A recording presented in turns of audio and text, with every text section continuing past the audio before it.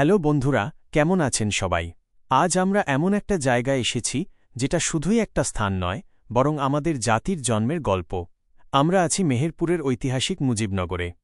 এই জায়গাটার দিকে আসতে আসতে রাস্তাঘাট, চারপাশের সবুজ প্রকৃতি আর গ্রামের শান্ত পরিবেশটা দেখে বারবার মনে হচ্ছিল, আজকের এই দিনে আমরা কতটা শান্তিতে আছি, তার পেছনে কতটা বড় আত্মত্যাগ লুকিয়ে আছে।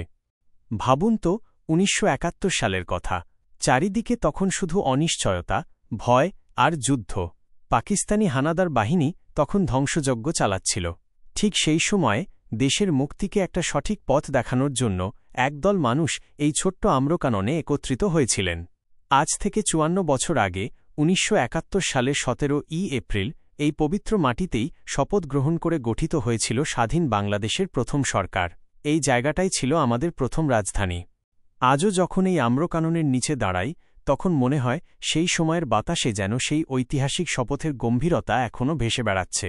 ভাবুন তো, জাতির পিতা বঙ্গবন্ধু শেখ মুজিবুর রহমান তখন কারাগারে, আর তাঁর অনুপস্থিতিতে এই দেশ পরিচালনার জন্য গঠিত হল একটি সরকার। এখানেই আমাদের অস্থায়ী রাষ্ট্রপতি, প্রধানমন্ত্রীসহ সবাই মিলে স্বাধীনতার জন্য লড়াই করার শপথ নিয়েছিলেন। এই শপথের মাধ্যমেই আমাদের মুক্তিযুদ্ধ এক নতুন গতি পায়। এই যে বিশাল স্মৃতিসৌধটা দেখতে পাচ্ছেন, এটা সেই ইতিহাসেরই প্রতিচ্ছবি। এর প্রতিটি স্তম্ভ, প্রতিটি ইট যেন সেই সময়ের গল্প বলে। সামনেই রয়েছে সেই মানচিত্র, যেখানে মুক্তিযুদ্ধের সেক্টরগুলো দেখানো হয়েছে। আমরা যখন এই জায়গাগুলো হেঁটে দেখছি, তখন মনে হচ্ছে আমরা যেন সেই সময়ের বীর মুক্তিযোদ্ধাদের সঙ্গে হেঁটে চলেছি। তাদের আত্মত্যাগ আর সাহসের গল্প যেন এই পবিত্র মাটিতে মিশে আছে। এখানে এসে আপনি শুধু ইতিহাসই দেখবেন না, আপনি অনুভব করবেন। এখানে রয়েছে সেই সরকার ভবনের একটি রেপ্লিকা, যা দেখলে মনে হবে যেন সেই দিনগুলো চোখের সামনে ভেসে উঠছে।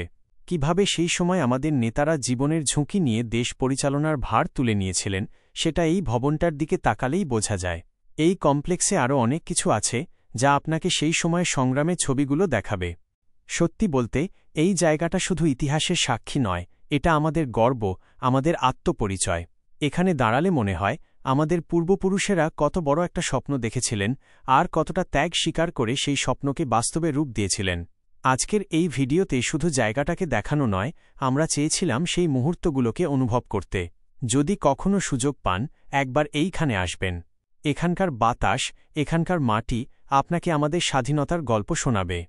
তো বন্ধুরা, আজ এ পর্যন্তই। দেখা হবে পরের কোনো এক নতুন জায়গায় নতুন কোনো গল্প নিয়ে। আর হ্যাঁ, আমাদের চ্যানেলকে সাবস্ক্রাইব করতে ভুলবেন না যেন। সবাই ভালো থাকবেন।